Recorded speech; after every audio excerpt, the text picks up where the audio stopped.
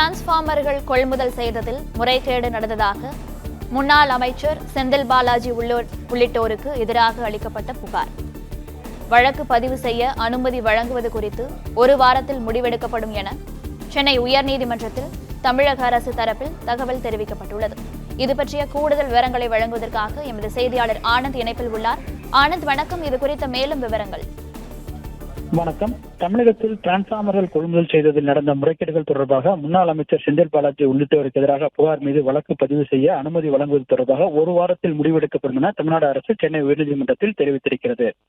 தமிழகத்தில் 2021 ஆண்டு முதல் 2023 ஆண்டுகளுக்கு இடையில சுமார் 45,800 டிரான்ஸ்பார்மர்கள் கொள்முதல் செய்ததில் 1,182 கோடியே 88 லட்சம் ரூபாய் அளவிற்கு டெண்டர்கள் கோரப்பட்டது. டெண்டர் ஆவணத்தில் ஆய்வு செய்ததில் ஒப்பந்தங்களை லாபமடை செய்யும் மூலமாக அரசுக்கு 397 கோடி ரூபாய் இழப்பு ஏற்பட்டதாகவும், இது சம்பந்தமாக லஞ்ச ஒழிப்புத்துறையின் புகார் அளித்தும் வழக்கு பதிவு செய்ய நடவடிக்கை எடுக்கவில்லை என கோரி அறப்போர் இயக்கம் சார்பில் சென்னை உயர்நீதிமன்றத்தில் வழக்கு தொடரப்பட்டது. இந்த முறைகேட்டில் முன்னாள் அமைச்சர் செந்தில் பாலாஜி, டிரான்ஜெட்கோ தலைவர் மற்றும் நிர்வாக இயக்குநர் ராஜேஷ் லகானி உள்ளிட்டோருக்கு எதிராக சந்தேகம் உள்ள ஆதாரங்கள் உள்ளதால் உயர்நீதிமன்ற கண்காணிப்பில் சிறப்பு புலனாய்வு குழு இந்த முறைகேடுகள் குறித்து விசாரிக்க உத்தரவிட வேண்டும் எனவும் கோரியிருந்தார்.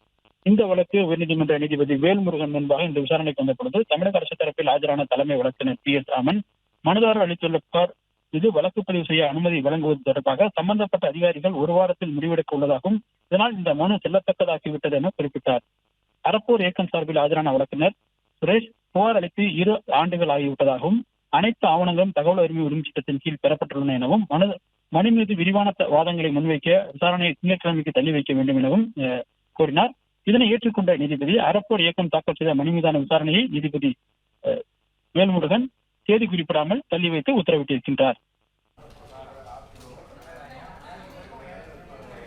பிளே ஸ்டோர் மற்றும் ஆப் ஸ்டோரில் இருந்து பாலிமர் செயலியை QR கோடு மூலம் பதிவிறக்கம் செய்யுங்கள்.